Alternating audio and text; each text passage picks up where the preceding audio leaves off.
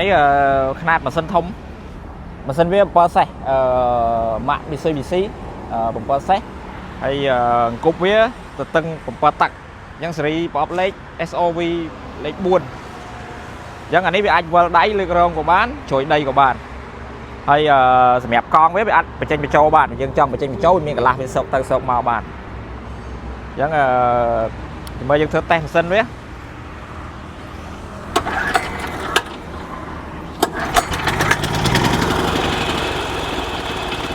យកមក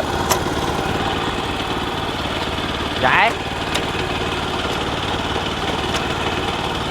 ទៅមុខទៅចង់ឲ្យសើយដើរ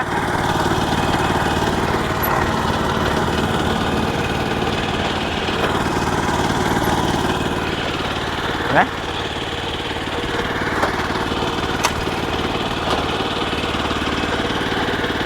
យ៉ាងនេះយើងត្រូវការលើក្រហម